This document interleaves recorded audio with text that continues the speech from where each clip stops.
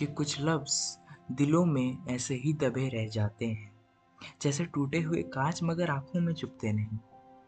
कुछ लोग ज़िंदगी से ऐसे चले जाते हैं, जैसे कभी कोई रिश्ता था ही नहीं। कभी आपने महसूस किया है कि कुछ जज़्बात होते हैं, जो हम ज़ुबान पर नहीं ला पाते। ना वक़्त होता है, ना हिम्मत और फिर एक दिन वो जज़्बात जज़्ब हो जाते हैं, हमारी ही चुप्पियों में।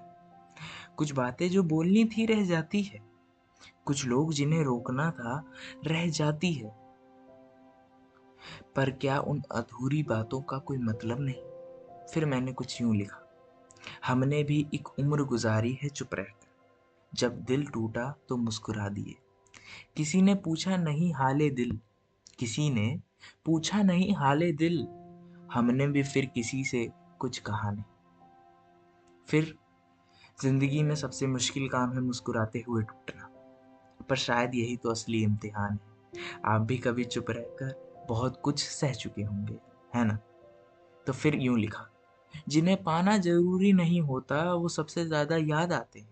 जिन्हें पाना ज़रूरी नहीं होता वो सबसे ज़्यादा याद आते हैं। कुछ लोग दुआ में नहीं मिलते मगर ख्वाबों में रोज़ चले आते हैं।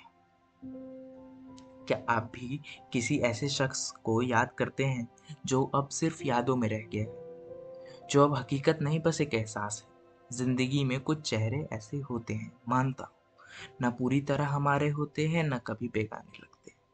फिर लिखा मैंने कुछ इस प्रकार, मोहब्बतों को भी अजीब-सी कहानी है। मोहब्बतों को भी अजीब-सी कहानी है, कभी अधूरी होकर भी मुकम्मल लगती है। कभी अधूरी होकर भी मुकम्मल लगती है और कभी पूरी होकर भी खाली लगती है। फिर तो दोस्तों ज़िंदगी की इस अधूरी लेकिन खूबसूरत कविता में शायद हम सब कहीं न कहीं शामिल हैं। आप भी अपनी ज़िंदगी की वो अधूरी कविता हमारे साथ बाँटना चाहें, तो कमेंट में ज़रूर लिखें। धन्यवाद। मिलते हैं अगले एपिसोड में जहाँ ज़िंदगी फिर से कुछ कहेगी, कुछ सुनाएगी। ज़िंदगी हर एहसास को अल्फाज में लेके। धन्यवाद।